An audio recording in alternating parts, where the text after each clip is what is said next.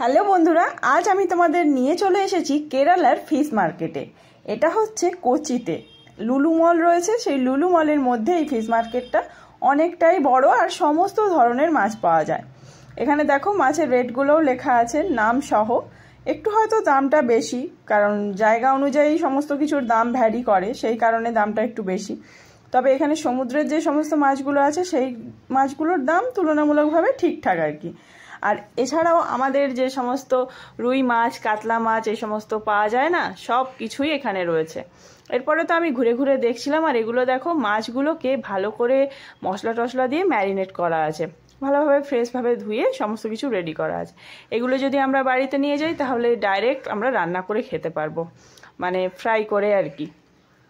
তো এরপরে দেখো এখানে বড় বড় কীরকম মাছের সব পিস ছিল, ক্লিন্ট ম্যাকারেল বলে লেখা আছে।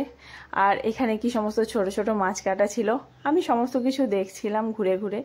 সে গেড়ি গুগলি আছে না, তাকেও ছাড়িয়ে ছাড়িয়ে রাখা আছে। আর এগুলো চিংড়ি মাছ। এখানে চিংড়ি মাছ অনেক ধরনের চিংড়ি মাছ রয়েছে, 3-4 রকমের চিংড়ি মাছ এখানে দেখতে পেলাম।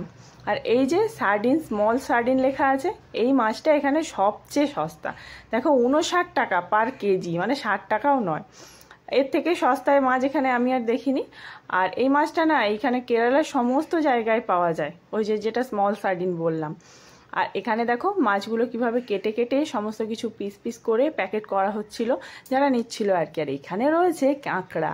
কাঁকড়াগুলো না জ্যান্ত ছিল, নড়ছিল। আমি সামনে গিয়ে দেখছি, ও বাবা এ তো নড়ছে।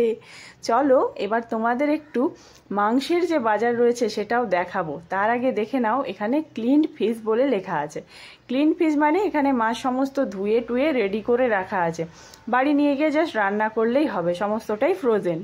আর এইখানে রাখা হয়েছে ওই রকমই মাছ, ভালোভাবে কেটে পিস পিস করে একদম প্যাকেটের মধ্যে প্যাকেট করে রাখা আছে।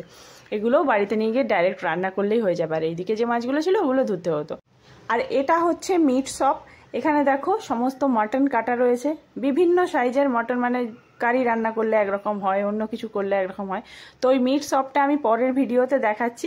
আপাতত যেখানে গেছিলাম সেইখানটার একটু লুকসটা আমি তোমাদের দেখিয়ে দিই। এইটা হচ্ছে ইন্ডিয়ার সবচেয়ে বড় মল। এই শপিং মলে গিয়ে চারিদিক জাস্ট ঘুরে ঘুরে দেখছিলাম, খুব সুন্দর লাগছিল। এখানে কেনার মতন সামর্থ্য আমার নেই, যেদিন হবে নিশ্চয়ই কিনবো। এই দেখো একটা বড় জুতো, একদম গাড়ির সাইজে।